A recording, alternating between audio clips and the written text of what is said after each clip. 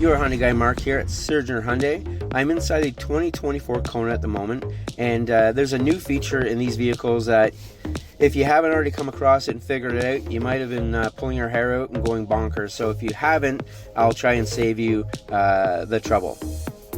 This button here is for the switchable USB ports. You'll notice the light on top is blue, and when I switch it, it goes orange for the bottom, which is power and data transfer. And if I press it again, it's only for power, and that's for this USB-C port here. The purpose of this is to set up your phone for the first time using your data cable for your Android phone or Apple phone, and after that you'll be able to use your Android or Apple CarPlay wirelessly. If you have any questions about your Hyundai vehicle or any other vehicle, let me know in the comments and I'll try to do my best to get you an answer. Thanks for watching. Have an awesome day.